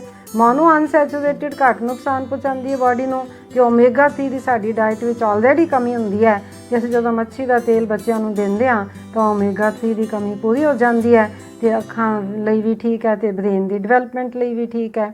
ਇਸ ਕਰਕੇ ਜੇ ਅਸੀਂ ਮਤਲਬ ਜੇ ਆਇਲ ਦੀ ਬਹੁਤੀ ਯੂਜ਼ ਨਹੀਂ ਕਰਨੀ, ਤਾਂ ਬੋਇਲਡ ਜਿਸ ਤਰ੍ਹਾਂ ਸਬਜ਼ੀਆਂ ਲੈਣੀਆਂ ਨੇ, ਦਾਲ ਨੂੰ ਤੜਕਾ ਨਹੀਂ ਲਗਾਉਣਾ, ਪਰੌਂਠਾ ਨਹੀਂ ਖਾਣਾ, ਫੁਲਕਾ ਨਹੀਂ ਚੋਪੜਨਾ, ਜਾਂ ਕਿਸੇ ਵੀ ਤਰ੍ਹਾਂ ਅਸੀਂ ਯੂਜ਼ ਕਰਨਾ ਨਹੀਂ ਚਾਹੁੰਦੇ, ਤਾਂ ਦੇਸੀ ਘਿਓ ਦੇ ਨਾਲ ਸਾਨੂੰ ਫਿਰ ਅਖਰੋਟ ਲੈ ਲੈਣਾ ਚਾਹੀਦਾ ਹੈ, ਸਾਨੂੰ ਚੀਆ ਸੀਡਸ, ਅਲਸੀ ਥੋੜ੍ਹੀ ਜਿਹੀ ਲੈ ਲੈਣੀ ਚਾਹੀਦੀ ਹੈ, ਜਾਂ ਫਿਸ਼ ਆਇਲ ਲੈ ਲੈਣਾ ਚਾਹੀਦਾ ਹੈ। ਤੇ ਜਿਹੜੇ ਆਪਣੇ ਸਾਊਥ ਦੇ ਵਿੱਚ ਜਿਹੜੇ ਸਾਡੇ ਭੈਣ ਭਰਾ ਰਹਿੰਦੇ ਨੇ, ਉਹ ਮੱਛਲੀ ਖਾਂਦੇ ਨੇ, ਸੀ ਫੂਡਸ ਖਾਂਦੇ ਨੇ, ਤੇ ਉਹਨਾਂ ਨੂੰ ਓਮੇਗਾ 3 ਆਪਣੇ ਆਪ ਹੀ ਪ੍ਰਾਪਤ ਹੋ ਜਾਂਦੀ ਹੈ। ਕੋਕੋਨਟ ਤੋਂ ਉਹਨਾਂ ਨੂੰ ਓਮੇਗਾ 6 ਮਿਲ ਜਾਂਦਾ ਤੇ ਫਿਸ਼ ਤੋਂ ਓਮੇਗਾ 3 ਮਿਲ ਜਾਂਦਾ, ਤੇ ਉਹਨਾਂ ਦੀ ਰਿਕੁਆਇਰਮੈਂਟ ਪੂਰੀ ਹੋ ਜਾਂਦੀ ਹੈ। ਭਾਵੇਂ ਉਹ ਦੇਸੀ ਘਿਓ ਵੀ ਨਾ ਲੈਣ, ਕੋਕੋਨਟ ਤੇ ਆਪਣਾ ਨਾਲ ਲੈ ਲੈਣ, ਆਪਣਾ ਫਿਸ਼ ਆਇਲ ਲੈ ਲੈਣ, ਉਹਦੇ ਨਾਲੋਂ ਸਫੀਸ਼ੀਐਂਟ ਹੋ ਜਾਂਦਾ। ਇਸੇ ਤਰ੍ਹਾਂ ਜੇ ਆਪਾਂ ਸੋਚੀਏ ਕਿ ਆਪਾਂ ਜੇ ਘਿਓ ਨਹੀਂ ਲੈਣਾ ਤੇ ਓਮੇਗਾ 6 ਵੀ ਤਾਂ ਸਾਨੂੰ ਜ਼ਰੂਰੀ ਹੈ, ਉਹਦੀ ਕਮੀ ਅਸੀਂ ਕਿੱਥੋਂ ਪੂਰੀ ਕਰਨੀ ਹੈ? ਮੋਨੋ ਅਨਸੈਚੂਰੇਟਿਡ ਓਮੇਗਾ 6 ਜਿਹੜੀ ਹੈ ਸਾਨੂੰ ਕਿੱਥੋਂ ਪੂਰੀ ਹੁੰਦੀ ਹੈ? ਡਰਾਈ ਫਰੂਟਸ ਤੋਂ, ਨਟਸ ਹੈ ਜਿਸ ਤਰ੍ਹਾਂ ਐਲਮੰਡਸ ਹੈ, ਪੀਨਟਸ ਹੈ, ਤੇ ਸੀਡਸ ਜਿਵੇਂ ਮਗਜ਼ ਹੈ। ਅੱਗੇ ਸਾਡੀ ਡਾਇਟ ਦੇ ਵਿੱਚ ਮਗਜ਼ ਹੁੰਦੇ ਸੀਗੇ ਤੇ ਅਸੀਂ ਬਦਾਮ ਵੀ ਰੋਜ਼ ਖਾਂਦੇ ਹੀ ਸੀ, ਤੇ ਜੇ ਅਸੀਂ ਉਹ ਖਾਂਦੇ ਹੋਈਏ ਤੇ ਸਾਨੂੰ ਕੋਈ ਓਮੇਗਾ 6 ਦੀ ਕਮੀ ਨਹੀਂ ਹੋਏਗੀ। ਤੇ ਜੇ ਅਸੀਂ ਅਖਰੋਟ ਲੈਂਦੇ ਹਾਂ, ਅਲਸੀ ਲੈਂਦੇ ਹਾਂ, ਜਾਂ ਚੀਆ ਸੀਡਸ ਲੈਂਦੇ ਹਾਂ, ਤਾਂ ਫਿਰ ਸਾਨੂੰ ਓਮੇਗਾ 3 ਦੀ ਕਮੀ ਨਹੀਂ ਹੋਏਗੀ। ਜੇ ਅਸੀਂ ਇਹਨਾਂ ਚੀਜ਼ਾਂ ਦੀ ਵਰਤੋਂ ਪ੍ਰੋਪਰ ਅਮਾਊਂਟ ਵਿੱਚ ਕਰਦੇ ਹਾਂ, ਤੇ ਭਾਵੇਂ ਦੂਜੇ ਤੇਲ ਜਿਹੜੇ ਨੇ ਅਸੀਂ ਬਹੁਤ ਹੀ ਘੱਟ ਮਾਤਰਾ ਵਿੱਚ ਲੈ ਲਈਏ, ਤਾਂ ਵੀ ਸਾਡੀ ਕਮੀ ਪੂਰੀ ਹੋ ਸਕਦੀ ਹੈ, ਸਫੀਸ਼ੀਐਂਟ ਹੋ ਜਾਂਦਾ ਹੈ। ਇਸ ਕਰਕੇ ਸਾਨੂੰ ਜਦੋਂ ਵੀ ਅਸੀਂ ਆਪਣੀ ਸਿਲੈਕਸ਼ਨ ਕਰਨੀ ਹੈ ਕਿ ਅਸੀਂ ਤੇਲ ਕਿਹੜਾ ਲੈਣਾ ਹੈ, ਤੇ ਇੱਕ ਤਾਂ ਇਹ ਦੇਖਣਾ ਕਿ ਉਹ ਮੋਨੋ ਅਨਸੈਚੂਰੇਟਿਡ ਹੋਏ, ਦੂਜਾ ਹੈ ਕਿ ਓਮੇਗਾ 3 ਵੀ ਹੋਏ, ਉਹਦੇ ਵਿੱਚ ਓਮੇਗਾ 6 ਵੀ ਹੋਏ, ਤੇ ਉਹਨਾਂ ਦੀ ਰੇਸ਼ੋ ਜਿਹੜੀ ਹੈਗੀ ਹੈ it should not be more than 10:1। ਜਿਸ ਤਰ੍ਹਾਂ ਤੁਸੀਂ ਔਲਿਵ ਆਇਲ ਲੈ ਲਓ ਜਾਂ ਸੋਇਆ ਲੈ ਲਓ, ਤੇ ਹੋਰ ਨਾਲ ਦੇਸੀ ਘਿਓ ਲੈ ਲਓ, ਦੈਟ ਵਿਲ ਬੀ ਸਫੀਸ਼ੀਐਂਟ। ਤੇ ਇਸੇ ਤਰ੍ਹਾਂ ਹੁਣ ਜਿਵੇਂ ਸਾਡੀ ਇੰਡੀਅਨ ਡਾਇਟ ਹੈ ਜਾਂ ਪੰਜਾਬੀ ਡਾਇਟ ਹੈ, ਉਹਦੇ 'ਚ ਅਸੀਂ ਸਰੋਂ ਦਾ ਤੇਲ ਵਰਤਦੇ ਹਾਂ। ਸਰੋਂ ਦੇ ਤੇਲ ਦੇ ਵਿੱਚ ਤਿੰਨੋਂ ਹੀ ਫੈਟਸ ਹੁੰਦੀਆਂ ਨੇ, ਸੈਚੂਰੇਟਿਡ ਵੀ ਹੁੰਦੀ ਹੈ, ਮੋਨੋ ਅਨਸੈਚੂਰੇਟਿਡ ਵੀ ਹੈ, ਪੋਲੀ ਅਨਸੈਚੂਰੇਟਿਡ ਵੀ ਹੈ, ਤੇ ਇਹਦੇ 'ਚ ਓਮੇਗਾ ਵੀ ਹੈ। ਫਿਰ ਜੇ ਅਸੀਂ ਇਕੱਲਾ ਸਰਸੋਂ ਦੇ ਨਾਲ ਸਾਧ ਸਕਦੇ ਹੋਈਏ ਤਾਂ ਵੀ ਕੋਈ ਇਹੋ ਜਿਹੀ ਗੱਲ ਨਹੀਂ ਹੈ, ਥੋੜ੍ਹਾ ਬਹੁਤਾ ਤੇ ਸਾਡਾ ਦੇਸੀ ਘਿਓ ਜਾਂ ਦੁੱਧ ਅਸੀਂ ਪੀਣਾ ਹੈ, ਉਹਦੇ ਵਿੱਚੋਂ ਸਾਨੂੰ ਚਲਾ ਹੀ ਜਾਣਾ। ਤੇ ਇਸੇ ਤਰ੍ਹਾਂ ਸਾਡੀ ਜਿਹੜੀ ਇੰਡੀਅਨ ਡਾਇਟ ਹੈ ਜਾਂ ਪੰਜਾਬੀ ਡਾਇਟ ਹੈ, ਉਹਦੇ 'ਚ ਬਦਾਮ ਜਿਹੜੇ ਨੇ ਸ਼ੁਰੂ ਤੋਂ ਹੀ ਸਾਡੇ ਬਹੁਤ ਇੰਪੋਰਟੈਂਟ ਚੀਜ਼ ਰਹੀ ਹੈ। ਬੱਚਿਆਂ ਨੂੰ ਵੀ ਅਸੀਂ ਬਦਾਮ ਖਵਾਉਂਦੇ ਹਾਂ, ਆਪ ਵੀ ਅਸੀਂ ਪਰਟੀਕੂਲਰ ਹੁੰਦੇ ਹਾਂ ਕਿ ਥੋੜ੍ਹੇ ਜਿਹੇ ਬਦਾਮ ਸਾਨੂੰ ਰੋਜ਼ ਖਾ ਲੈਣੇ ਚਾਹੀਦੇ ਨੇ। ਇਹ ਵੀ ਬੜੀ ਅੱਛੀ ਆਦਤ ਹੈ ਇਹਦੇ 'ਚ ਕੀ ਹੈ ਕਿ ਐਲਮੰਡ ਆਇਲ ਜਿਹੜਾ ਹੈਗਾ ਜਾਂ ਬਦਾਮ ਰੋਗਨ ਜਿਹਨੂੰ ਕਹਿੰਦੇ ਆ, ਜਾਂ ਤੁਸੀਂ ਬਦਾਮ ਹੀ ਖਾਂਦੇ ਹੋ ਤਾਂ ਉਹਦੇ ਵਿੱਚ ਮੋਨੋ ਅਨਸੈਚੂਰੇਟਿਡ ਆਇਲਸ ਹੁੰਦੇ ਨੇ, ਤੇ ਇਹ ਆਇਲਸ ਜਿਹੜੇ ਨੇ ਇਹ ਸਾਡੀ ਸਿਹਤ ਵਾਸਤੇ ਚੰਗੇ ਨੇ। ਤੇ ਇਸ ਤੋਂ ਇਲਾਵਾ ਇਹਦੀ ਜਿਹੜੀ ਇੱਕ ਹੋਰ ਇੰਪੋਰਟੈਂਟ ਪੁਆਇੰਟ ਹੈ ਕਿ ਇੱਕ ਅਮਾਈਨੋ ਐਸਿਡ ਹੁੰਦਾ ਹੈ, ਉਹ ਹੈ ਆਰਜੀਨਿਨ, ਉਹ ਇਹਦੇ ਵਿੱਚ ਕਾਫੀ ਮਾਤਰਾ ਵਿੱਚ ਹੁੰਦਾ ਹੈ ਤੇ ਉਹ ਜਿਹੜਾ ਹੈ ਕੋਲੈਸਟਰੋਲ ਨੂੰ ਘਟਾਉਂਦਾ ਹੈ। ਇਸ ਲਈ ਜੋ ਐਲਮੰਡ ਹੈ ਸਾਡੀ ਸਿਹਤ ਵਾਸਤੇ ਚੰਗਾ ਹੈ। ਇਹਦੇ 'ਚ ਓਮੇਗਾ 3 ਫੈਟੀ ਐਸਿਡਸ ਵੀ ਹੁੰਦੇ ਨੇ, DHA ਵੀ ਹੁੰਦਾ ਹੈ, ਇਸ ਕਰਕੇ ਇਹ ਬ੍ਰੇਨ ਦੇ ਵਾਸਤੇ ਬਹੁਤ ਅੱਛਾ ਹੈ। Omega 3 fatty acids it is rich in omega 3 DHA, ਇਸ ਲਈ ਬ੍ਰੇਨ ਦੀ ਫੰਕਸ਼ਨਿੰਗ ਵਾਸਤੇ ਬਦਾਮ ਬਹੁਤ ਚੰਗੇ ਨੇ। ਤੇ ਬਾਕੀ ਤਾਂ ਮੈਂ ਤੁਹਾਨੂੰ ਦੱਸਿਆ ਹੀ ਹੈ ਕਿ ਡਿਪਰੈਸ਼ਨ ਜਿਹਨੂੰ ਹੁੰਦੀ ਹੈ ਉਹਨੂੰ ਤੁਸੀਂ DHA ਦਿੰਦੇ ਆ ਤੇ ਠੀਕ ਹੋ ਜਾਂਦੀ ਹੈ, ਤੇ ਕਿਉਂ ਨਾ ਉਹਨੂੰ ਥੋੜ੍ਹੇ ਜਿਹੇ ਬਦਾਮ ਹੀ ਰੋਜ਼ ਖਵਾ ਦਿਓ। ਜਿਹੜਾ ਪੇਸ਼ੈਂਟ ਡਿਪਰੈਸ਼ਨ ਦਾ ਹੈ ਉਸ ਨੂੰ ਬਦਾਮ ਖਵਾ ਦੇਣੇ ਚਾਹੀਦੇ ਨੇ। ਹੁਣ ਕਿੰਨੇ ਕੁ ਖਾਣੇ ਚਾਹੀਦੇ ਨੇ? 15 ਤੋਂ 20 ਬਦਾਮ ਰੋਜ਼ ਖਾ ਲਵੇ, ਕਿਸੇ ਵੀ ਫਾਰਮ ਦੇ ਵਿੱਚ ਖਾ ਲਓ, ਭਿਉਂ ਕੇ ਖਾ ਲਓ ਜਾਂ ਸਰਦੀਆਂ ਵਿੱਚ ਵੈਸੇ ਹੀ ਖਾ ਲਓ, ਜਾਂ ਉਹਦਾ ਪਾਊਡਰ ਬਣਾ ਕੇ ਕਿਸੇ ਤਰ੍ਹਾਂ ਦੁੱਧ ਵਿੱਚ, ਜਿਵੇਂ ਅੱਗੇ ਦਿੰਦੇ ਹੁੰਦੇ ਸੀ ਆਪਾਂ ਦੁੱਧ ਬਦਾਮ, ਸਾਡੀ ਬੜੀ ਇੱਕ ਅੱਛੀ ਡਿਸ਼ ਗਿਣੀ ਗਈ ਹੈ ਦੁੱਧ ਬਦਾਮ ਦਿਓ ਅਤੇ ਇਹਦੇ ਵਿੱਚ ਓਮੇਗਾ 3 ਹੈ, ਦੁੱਧ ਵਿੱਚ ਓਮੇਗਾ 6 ਹੈ, ਸਾਰਾ ਕੁਝ ਪੂਰਾ ਹੋ ਜਾਂਦਾ ਹੈ। ਇਹ ਸਾਡੇ ਜਿਹੜੀਆਂ ਪੁਰਾਣੀਆਂ ਡਾਇਟਰੀ ਜੋ ਸਾਡੇ ਰਵਾਇਤਾਂ ਬਣੀਆਂ ਹੋਈਆਂ ਸੀ ਉਹ ਐਕਸਪੀਰੀਅੰਸ ਬੇਸਡ ਸਨ, ਭਾਵੇਂ ਉਹਨਾਂ ਨੂੰ ਡਿਟੇਲ ਨਹੀਂ ਸੀ ਪਤਾ ਕਿ ਓਮੇਗਾ 3 ਕੀ ਹੁੰਦਾ ਹੈ, ਕਿ ਓਮੇਗਾ 6 ਕੀ ਹੁੰਦਾ ਹੈ, ਸੈਚੂਰੇਟਿਡ ਕੀ ਹੈ, ਅਨਸੈਚੂਰੇਟਿਡ ਕੀ ਹੈ, ਬਟ ਬਾਏ ਐਕਸਪੀਰੀਅੰਸ ਉਹਨਾਂ ਨੂੰ ਇਹ ਪਤਾ ਸੀ ਕਿ ਬਦਾਮ ਸਾਡੇ ਲਈ ਬਹੁਤ ਚੰਗੇ ਨੇ। ਥੋੜ੍ਹਾ ਬਹੁਤ ਦੇਸੀ ਘਿਓ ਵੀ ਲੈਣਾ ਚਾਹੀਦਾ ਹੈ। ਆਪਾਂ ਕਹਿ ਤਾਂ ਦਿੰਦੇ ਹਾਂ ਪਿੰਡਾਂ ਵਾਲੇ ਦੇਸੀ ਘਿਓ ਖਾਂਦੇ ਨੇ, ਉਹਨਾਂ ਨੂੰ ਕੁਛ ਨਹੀਂ ਹੁੰਦਾ, ਪਰ ਇਹ ਦੇਖੋ ਕਿੰਨਾ ਕੁ ਖਾਂਦੇ ਨੇ। ਉਹ ਫੁਲਕੇ ਤਾਂ ਸੁੱਕੇ ਹੀ ਖਾਂਦੇ ਨੇ। ਈਵਨ ਜੇ ਮੱਕੀ ਦੀ ਅਸੀਂ ਰੋਟੀ ਬਣਾਉਂਦੇ ਹਾਂ, ਸ਼ਹਿਰ ਦੇ ਵਿੱਚ ਬਣਾਉਂਦੇ ਹਾਂ ਅਤੇ ਉੱਪਰ ਤੇਲ ਲਗਾ ਕੇ ਬਣਾਉਂਦੇ ਹਾਂ, ਅਤੇ ਪਿੰਡਾਂ ਦੇ ਵਿੱਚ ਉਹ ਸੁੱਕੀ ਬਣਾਉਂਦੇ ਨੇ। ਅਤੇ ਇਸੇ ਤਰ੍ਹਾਂ ਉਹਨਾਂ ਦੀ ਬਾਕੀ ਫੈਟ ਇਨਟੇਕ ਬਹੁਤ ਘੱਟ ਹੁੰਦੀ ਹੈ, ਇਸ ਕਰਕੇ ਉਹ ਦੇਸੀ ਘਿਓ ਦੇ ਨਾਲ ਜਿਵੇਂ ਬਦਾਮ ਲੈ ਲਿਆ ਜਾਂ ਮੂੰਗਫਲੀ ਲੈ ਲਈ ਜਾਂ ਸਰੋਂ ਦਾ ਤੇਲ ਲੈ ਲਿਆ ਜਾਂ ਗਰਾਊਂਡਨਟ ਆਇਲ ਲੈ ਲਿਆ, ਇਹ ਚੀਜ਼ਾਂ ਉਹ ਲੈਂਦੇ ਹੀ ਸਨ ਅਤੇ ਉਹ ਚੀਜ਼ਾਂ ਬਾਕੀ ਕਮੀਆਂ ਨੂੰ ਪੂਰੀਆਂ ਕਰ ਦਿੰਦੀਆਂ ਅਤੇ ਨਾਲ ਉਹਨਾਂ ਦਾ ਜਿਹੜਾ ਲਾਈਫ ਸਟਾਈਲ ਜਿਹੜਾ ਐਕਟਿਵ ਹੁੰਦਾ ਸੀ। ਇਸ ਤਰੀਕੇ ਨਾਲ ਸਾਨੂੰ ਇਹ ਸੋਚ ਸਮਝ ਕੇ ਸਾਨੂੰ ਸੈਚੂਰੇਟਿਡ, ਮੋਨੋ ਅਨਸੈਚੂਰੇਟਿਡ ਅਤੇ ਪੋਲੀ ਅਨਸੈਚੂਰੇਟਿਡ ਦੀ ਮਾਤਰਾ ਜਿਹੜੀ ਹੈ ਉਹ ਸੋਚ ਸਮਝ ਕੇ, ਉਹਨਾਂ ਦੀ ਟਾਈਪਸ ਅਤੇ ਮਾਤਰਾ ਜਿਹੜੀ ਹੈ ਸੋਚ ਸਮਝ ਕੇ ਲੈਣੀ ਚਾਹੀਦੀ ਹੈ।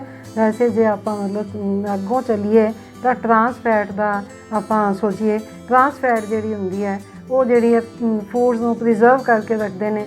ਜਿਵੇਂ ਆਪਾਂ ਪੈਕਡ ਫੂਡ ਲੈ ਆਉਂਦੇ ਹਾਂ ਅਤੇ ਉਹਨਾਂ ਨੂੰ ਇੱਥੇ ਆ ਕੇ ਗਰਮ ਕੀਤਾ ਅਤੇ ਖਾ ਲਿਆ, ਅਤੇ ਉਹਨਾਂ ਦੇ ਵਿੱਚ ਜਿਹੜੀ ਫੈਟ ਹੁੰਦੀ ਹੈ ਉਹ ਪਾਰਸ਼ਲੀ ਹਾਈਡਰੋਜਨੇਟਿਡ ਹੁੰਦੀ ਹੈ, ਉਹ ਸਾਡੀ ਸਿਹਤ ਵਾਸਤੇ ਬਹੁਤ ਹੀ ਖਰਾਬ ਹੈ ਅਤੇ ਉਹ ਚੀਜ਼ ਸਾਨੂੰ ਨਹੀਂ ਲੈਣੀ ਚਾਹੀਦੀ। It should be 0% in our diet. Trans fat should be 0%। That means ਕਿ ਸਾਨੂੰ ਜਿਹੜਾ ਫੂਡ ਲੈਣਾ ਚਾਹੀਦਾ ਫਰੈਸ਼ਲੀ ਪ੍ਰੀਪੇਅਰਡ ਲੈਣਾ ਚਾਹੀਦਾ, ਪਾਰਸ਼ਲੀ ਕੁਕਡ ਨਹੀਂ ਲੈਣਾ ਚਾਹੀਦਾ ਜਿਹੜਾ ਬਾਜ਼ਾਰਾਂ ਤੋਂ ਮਿਲਦਾ, ਨਹੀਂ ਤਾਂ ਉਹ ਸਾਨੂੰ ਨੁਕਸਾਨ ਕਰੇਗਾ, ਅਲਟੀਮੇਟਲੀ ਹਾਰਟ ਦੀਆਂ ਪ੍ਰੋਬਲਮਸ ਕਰੇਗਾ। ਹੋਰ ਵੀ ਕਈ ਬਿਮਾਰੀਆਂ ਜਿਹੜੀਆਂ ਉਹਨਾਂ ਨਾਲ ਪੈਦਾ ਹੁੰਦੀਆਂ ਨੇ, ਕਿਉਂਕਿ ਪ੍ਰੀਜ਼ਰਵ ਕਰਨ ਵਾਸਤੇ ਉਹਨਾਂ 'ਚ ਪ੍ਰੀਜ਼ਰਵੇਟਿਵ ਵੀ ਪਾਏ ਹੁੰਦੇ ਨੇ, ਕੋਈ ਐਡੀਟਿਵਸ ਹੋਰ ਵੀ ਹੁੰਦੇ ਨੇ ਜਿਨ੍ਹਾਂ ਦਾ ਮੈਂਸ਼ਨ ਨਹੀਂ ਕੀਤਾ ਹੁੰਦਾ। ਕਈ ਵਾਰੀ ਬਾਹਰ ਪੈਕੇਟ ਉੱਤੇ ਲਿਖਿਆ ਹੁੰਦਾ ਹੈ ਕਿ it does not contain trans fats, but actually ਜਿੱਥੇ ਇਹ ਵੀ ਲਿਖਿਆ ਹੁੰਦਾ ਉੱਥੇ ਵੀ 0.5% ਟਰਾਂਸ ਫੈਟ ਹੁੰਦੀ ਹੈ। ਇਹ ਲੀਗਲੀ ਉਹਨਾਂ ਨੂੰ ਅਲਾਊਡ ਹੈ ਕਿ if trans fat is less than 0.5% ਤਾਂ ਉਹ ਨਹੀਂ ਲਿਖਦੇ। ਇਸ ਕਰਕੇ ਕੋਈ ਵੀ ਇਹੋ ਜਿਹਾ ਫੂਡ ਜਿਹੜਾ ਕਿ ਆਲਰੇਡੀ ਹਾਫ ਕੁਕਡ ਹੈ, ਪ੍ਰੀਜ਼ਰਵਡ ਹੈ, ਜੇ ਅਸੀਂ ਉਹ ਲੈਂਦੇ ਹਾਂ ਤਾਂ ਸਾਨੂੰ ਉਹਦੇ ਤੋਂ ਖਤਰਾ ਹੀ ਖਤਰਾ ਹੈ। ਅਤੇ ਇਹ ਹੈਗਾ ਟਰਾਂਸ ਫੈਟਸ ਦੇ ਬਾਰੇ। ਅਤੇ ਕੋਲੈਸਟਰੋਲ ਦੀ ਸਾਨੂੰ ਵਾਧੂ ਬਾਹਰੋਂ ਲੈਣ ਦੀ ਵੈਸੇ ਤਾਂ ਲੋੜ ਹੀ ਨਹੀਂ ਹੁੰਦੀ, ਕਿਉਂਕਿ ਦੇਸੀ ਘਿਓ ਜਿਹੜਾ ਅਸੀਂ ਥੋੜ੍ਹਾ ਬਹੁਤਾ ਲੈਣਾ ਉਹਦੇ ਨਾਲ ਕੋਲੈਸਟਰੋਲ ਜਿੰਨਾ ਕੁ ਲੋੜ ਹੁੰਦੀ ਹੈ ਉਸ ਤੋਂ ਵਧੇਰੇ ਹੀ ਬਣ ਜਾਂਦਾ। ਇਸ ਕਰਕੇ ਸਾਨੂੰ ਉਚੇਚੇ ਤੌਰ 'ਤੇ ਬਾਹਰੋਂ ਕੋਲੈਸਟਰੋਲ ਲੈਣ ਦੀ ਲੋੜ ਨਹੀਂ ਹੈ। ਕੋਲੈਸਟਰੋਲ ਐਗ ਦਾ ਜਿਹੜਾ ਪੀਲਾ ਹਿੱਸਾ ਹੈ ਉਹਦੇ 'ਚ ਬਹੁਤ ਜ਼ਿਆਦਾ ਹੁੰਦਾ, ਇਸ ਕਰਕੇ ਸਾਨੂੰ ਐਗ ਦਾ ਪੀਲਾ ਹਿੱਸਾ ਜਿਹੜਾ ਉਹ ਬਹੁਤ ਜ਼ਿਆਦਾ ਨਹੀਂ ਲੈਣਾ ਚਾਹੀਦਾ। ਅਤੇ ਜੇ ਲਵਾਂਗੇ ਤਾਂ ਅਸੀਂ ਆਪਣਾ ਹਾਰਟ ਦੀਆਂ ਬਿਮਾਰੀਆਂ ਨੂੰ ਸੱਦਾ ਦੇ ਰਹੇ ਹੋਵਾਂਗੇ। ਇਸ ਤਰੀਕੇ ਦੇ ਨਾਲ ਸਾਨੂੰ ਮਤਲਬ ਆਪਣੀ ਡਾਈਟ ਦੇ ਵਿੱਚ ਫੈਟ ਦੀ ਜੋ ਹੈ ਸਿਲੈਕਸ਼ਨ ਕਰਨੀ ਚਾਹੀਦੀ ਹੈ। ਜੇ ਅਸੀਂ ਸੋਚ ਸਮਝ ਕੇ ਠੀਕ ਤਰੀਕੇ ਦੇ ਨਾਲ ਫੈਟ ਦੀ ਸਿਲੈਕਸ਼ਨ ਕਰਾਂਗੇ ਤਾਂ ਸਾਡੀ ਸਿਹਤ ਠੀਕ ਰਹੇਗੀ। ਅਤੇ ਜੇ ਅਸੀਂ ਬਿਨਾਂ ਸੋਚੇ ਸਮਝੇ ਜਿਹੜੀ ਵੀ ਫੈਟ ਸਾਹਮਣੇ ਆਈ ਜਾਂ ਜਿਹੜੀ ਵੀ ਕੋਈ ਤਲੀ ਹੋਈ ਚੀਜ਼ ਆਈ, ਆਪਣਾ ਸਵਾਦ ਦੇਖਿਆ ਅਤੇ ਹੋਰ ਕੁਛ ਨਾ ਦੇਖਿਆ, ਤਾਂ ਫਿਰ ਕੀ ਹੋਏਗਾ ਕਿ ਅਸੀਂ ਬਿਮਾਰੀਆਂ ਨੂੰ ਸੱਦਾ ਦੇ ਰਹੇ ਹੋਵਾਂਗੇ। ਕਿਹੜੀਆਂ ਬਿਮਾਰੀਆਂ? ਮੋਟਾਪੇ ਦੀਆਂ ਬਿਮਾਰੀਆਂ, ਹਾਰਟ ਦੀਆਂ ਬਿਮਾਰੀਆਂ, ਬਲੱਡ ਪ੍ਰੈਸ਼ਰ, ਹੋਰ ਵੀ ਕਈ ਜਿਹੜੀਆਂ ਮੈਟਾਬੋਲਿਕ ਸਿੰਡਰੋਮ, ਇਸ ਤੋਂ ਬਾਅਦ ਮੋਟਾਪੇ ਦੇ ਨਾਲ PCOD ਹੋ ਜਾਂਦੀ ਹੈ। ਹੋਰ ਵੀ ਕਈ ਬਿਮਾਰੀਆਂ ਲੱਗਦੀਆਂ ਨੇ ਮੋਟਾਪੇ ਦੇ ਨਾਲ, ਜੋੜਾਂ ਦੀਆਂ ਦਰਦਾਂ ਹੋ ਗਈਆਂ, ਕਈ ਕੁਝ ਹੋ ਗਿਆ। ਇਹ ਸਾਰੀਆਂ ਬਿਮਾਰੀਆਂ ਨੂੰ ਅਸੀਂ ਫਿਰ ਸੱਦਾ ਦੇ ਰਹੇ ਹੋਵਾਂਗੇ। ਅਤੇ ਇੱਕ ਗੱਲ ਯਾਦ ਰੱਖਣ ਵਾਲੀ ਹੈ ਕਿ ਇਕੱਲਾ ਗਰਾਊਂਡਨਟ ਆਇਲ ਜਿਹੜਾ ਉਹ ਨਹੀਂ ਲੈਣਾ ਚਾਹੀਦਾ, ਕਿਉਂਕਿ ਗਰਾਊਂਡਨਟ ਦੀ ਜਿਹੜੀ ਰੇਸ਼ੋ ਓਮੇਗਾ 6 ਅਤੇ ਓਮੇਗਾ 3 ਦੀ ਹੈ ਉਹ ਹੈ 35:1। ਕਈ ਤਿਲਾਂ ਦਾ ਤੇਲ ਲੈਂਦੇ ਨੇ, ਕਈ ਕੋਰਨ ਆਇਲ ਲੈਂਦੇ ਨੇ। ਕੋਰਨ ਆਇਲ ਜਿਹੜਾ 71:1 ਉਹਦੀ ਰੇਸ਼ੋ ਹੈ। ਇਸ ਕਰਕੇ ਜਦੋਂ ਅਸੀਂ ਗਰਾਊਂਡਨਟ ਆਇਲ ਲੈਣਾ ਤਾਂ ਉਹਦੇ ਨਾਲ ਸਾਨੂੰ ਮਸਟਰਡ ਆਇਲ ਕੰਬਾਈਨ ਕਰ ਲੈਣਾ ਚਾਹੀਦਾ, ਕਿਉਂਕਿ ਉਹਦੀ ਰੇਸ਼ੋ ਹੈ 1.5:1। ਓਲਿਵ ਆਇਲ ਅਤੇ ਸੋਇਆਬੀਨ ਆਇਲ ਜਿਹੜੀ ਹੈ ਉਹਨਾਂ ਦੇ ਵਿੱਚ ਰੇਸ਼ੋ ਜੋ ਹੈ ਪ੍ਰੋਪਰ ਜੋ ਚਾਹੀਦੀ ਹੈ ਉਹ ਹੈ। ਅਤੇ ਇਸ ਲਈ ਜਿਹੜੇ ਬਾਕੀ ਤੇਲ ਨੇ ਉਹ ਕੱਲਾ ਤੇਲ ਉਹ ਨਹੀਂ ਲੈਣਾ ਚਾਹੀਦਾ, ਕੱਲਾ ਕੋਕੋਨਟ ਵੀ ਨਹੀਂ ਲੈਣਾ ਚਾਹੀਦਾ, ਕਿਉਂਕਿ ਇਹਦੇ 'ਚ ਓਮੇਗਾ 3 ਨਹੀਂ ਹੁੰਦਾ, ਇਹਦੇ 'ਚ ਓਮੇਗਾ 6 ਹੁੰਦਾ। ਇਹਦੇ 'ਚ ਮੈਂ ਤੁਹਾਨੂੰ ਦੱਸਿਆ ਸੀ ਕਿ ਸਾਊਥ ਦੇ ਵਿੱਚ ਤਾਂ ਫਿਸ਼ ਖਾਂਦੇ ਨੇ, ਇਸ ਲਈ ਉਹਨਾਂ ਨੂੰ ਕੋਈ ਹੋਰ ਉਚੇਚੇ ਤੌਰ 'ਤੇ ਲੋੜ ਨਹੀਂ ਹੁੰਦੀ। ਪਰ ਜੇ ਕੋਈ ਦੂਜੀਆਂ ਸਟੇਟਸ ਦੇ ਵਿੱਚ ਜਿੱਥੇ ਫਿਸ਼ ਨਹੀਂ ਹੈ ਤਾਂ ਕੱਲਾ ਕੋਕੋਨਟ ਲੈਣਗੇ ਤਾਂ ਓਮੇਗਾ 3 ਦੀ ਉਸ ਦੇ ਵਿੱਚ ਕਮੀ ਰਹਿ ਜਾਏਗੀ। ਸੋ ਇਹਨਾਂ ਚੀਜ਼ਾਂ ਦਾ ਸਾਨੂੰ ਥੋੜ੍ਹਾ ਬਹੁਤਾ ਧਿਆਨ ਰੱਖਣਾ ਚਾਹੀਦਾ ਜਦੋਂ ਅਸੀਂ ਆਪਣੀ ਖੁਰਾਕ ਦੇ ਵਿੱਚ ਚਰਬੀ ਦੀ ਮਾਤਰਾ ਅਤੇ ਉਸ ਦੀ ਟਾਈਪ ਨੂੰ ਡਿਸਾਈਡ ਕਰਨਾ ਕਿ ਅਸੀਂ ਕੀ ਲੈਣਾ ਹੈ। ਇਹ ਮੋਟੇ ਤੌਰ 'ਤੇ ਤੁਹਾਨੂੰ ਅਸੂਲ ਸਮਝਾਏ ਨੇ, ਬਾਕੀ ਜੋ ਬਰੀਕੀ ਦੇ ਵਿੱਚ ਤੁਸੀਂ ਆਪ ਸੋਚਣਾ ਹੈ ਕਿ ਤੁਹਾਡੀ ਸਿਹਤ ਵਾਸਤੇ ਤੁਹਾਨੂੰ ਕਿਹੜੀ ਚੀਜ਼ ਜ਼ਿਆਦਾ ਸੂਟੇਬਲ ਹੈ। ਸੋ ਇੰਨਾ ਹੀ ਕਹਿੰਦੇ ਹੋਏ ਮੈਂ ਆਪ ਜੀ ਕੋਲੋਂ ਖਿਮਾ ਦੀ ਜਾਚਕ ਹਾਂ। ਇਹ ਟੌਪਿਕ ਇਸ ਲਈ ਵੀ ਚੁਣਿਆ ਸੀ ਕਿ ਮੈਨੂੰ ਕਈਆਂ ਦੀ ਕੁਐਰੀ ਆਈ ਸੀ ਕਿ ਸਾਨੂੰ ਦੱਸੋ ਕਿ ਕੀ ਕੱਲਾ ਦੇਸੀ ਘਿਓ ਹੀ ਅਸੀਂ ਖਾ ਲਈਏ ਉਹ ਸਫੀਸ਼ੈਂਟ ਹੈ, ਹੋਰ ਕੋਈ ਆਇਲ ਨਾ ਲਈਏ। ਤਾਂ ਮੇਰਾ ਖਿਆਲ ਹੈ ਕਿ ਤੁਹਾਨੂੰ ਹੁਣ ਸਮਝ ਆ ਗਈ ਹੋਣੀ ਹੈ ਕਿ ਜੇ ਤੁਸੀਂ ਕੱਲਾ ਹੀ ਦੇਸੀ ਘਿਓ ਲੈਣਾ ਚਾਹੁੰਦੇ ਹੋ ਤਾਂ ਬਾਕੀ ਜਿਹੜੀਆਂ ਚੀਜ਼ਾਂ ਓਮੇਗਾ 3 ਦੀਆਂ ਸੋਰਸਿਸ ਹੈਗੀਆਂ ਨੇ, ਜਿਸ ਤਰ੍ਹਾਂ ਮੈਂ ਤੁਹਾਨੂੰ ਉਹਨੇ ਸਮਝਾਇਆ ਸੀ ਕਿ 2-3 ਚੀਜ਼ਾਂ ਦੱਸੀਆਂ ਨੇ, ਚੀਆ ਸੀਡਸ ਹੈ, ਅਲਸੀ ਹੈ, ਇਹਨਾਂ ਚੀਜ਼ਾਂ ਦਾ ਇਸਤੇਮਾਲ ਨਾਲ ਦੇ ਨਾਲ ਜ਼ਰੂਰ ਕਰਨਾ ਚਾਹੀਦਾ, ਨਹੀਂ ਤਾਂ ਤੁਹਾਡੇ ਵਿੱਚ ਓਮੇਗਾ 3 ਦੀ ਕਮੀ ਰਹਿ ਜਾਏਗੀ ਅਤੇ ਹੋਰ ਨਹੀਂ ਤਾਂ ਡਿਪਰੈਸ਼ਨ ਤਾਂ ਹੋ ਹੀ ਜਾਏਗੀ, ਖਾਸ ਕਰਕੇ ਲੇਡੀਜ਼ ਨੂੰ, ਕਿਉਂਕਿ ਲੇਡੀਜ਼ ਦੀ ਜਿਹੜੀ ਪੈਰੀਮੀਨੋਪੌਜ਼ਲ ਏਜ ਹੁੰਦੀ ਹੈ, they are more susceptible hormone changes ਦੇ ਨਾਲ ਡਿਪਰੈਸ਼ਨ ਵੈਸੇ ਹੀ ਹੋ ਜਾਂਦੀ ਹੈ, ਅਤੇ ਨਾਲ ਜੇ ਐਡ ਔਨ ਫੈਕਟਰਸ ਆ ਜਾਏਗਾ ਤਾਂ ਫਿਰ ਡਿਪਰੈਸ਼ਨ ਦੀ ਵਧੇਰੇ ਸਾਨੂੰ ਬਿਮਾਰੀ ਹੋਣ ਦੀ ਖਦਸ਼ਾ ਰਹੇਗਾ। ਇਸ ਕਰਕੇ ਸਾਨੂੰ ਬਹੁਤ ਸੋਚ ਸਮਝ ਕੇ ਆਪਣੀ ਖੁਰਾਕ ਦੇ ਵਿੱਚ ਫੈਟ ਦੀ ਕੁਆਲਿਟੀ ਅਤੇ ਕੁਆਂਟਿਟੀ ਨੂੰ ਡਿਸਾਈਡ ਕਰਨਾ ਚਾਹੀਦਾ ਹੈ। ਇੰਨਾ ਕਹਿੰਦੇ ਹੋਏ ਮੈਂ ਭੁੱਲਾਂ ਚੁੱਕਾਂ ਦੀ ਖਿਮਾ ਮੰਗਦੀ ਹਾਂ ਅਤੇ ਆਪ ਜੀ ਨੂੰ ਮੈਂ ਸਤਿ ਸ੍ਰੀ ਅਕਾਲ ਬੁਲਾਉਂਦੀ ਹਾਂ। ਫਿਰ ਅਗਲੇ ਐਪੀਸੋਡ ਦੇ ਵਿੱਚ ਮੈਂ ਤੁਹਾਡੇ ਸਾਹਮਣੇ ਆਵਾਂਗੀ ਪ੍ਰੋਟੀਨ ਦੀ ਮਾਤਰਾ ਅਤੇ ਕਿਹੜੀ ਸਾਨੂੰ ਪ੍ਰੋਟੀਨ ਲੈਣੀ ਚਾਹੀਦੀ ਹੈ, ਸਾਡੀ ਸਿਹਤ ਲਈ ਕਿਹੜੀ ਪ੍ਰੋਟੀਨ ਚੰਗੀ ਹੈ, ਕਿਹੜੀ ਦੇ ਸਾਡੇ ਵਿੱਚ ਸਾਈਡ ਇਫੈਕਟ ਜ਼ਿਆਦਾ ਹੁੰਦੇ ਨੇ, ਇਹਦੇ ਬਾਰੇ ਆਪਾਂ ਥੋੜ੍ਹੇ ਜਿਹੇ ਵਿਚਾਰ ਸਾਂਝੇ ਕਰਾਂਗੇ। ਵਾਹਿਗੁਰੂ ਜੀ ਕਾ ਖਾਲਸਾ, ਵਾਹਿਗੁਰੂ ਜੀ ਕੀ ਫਤਿਹ।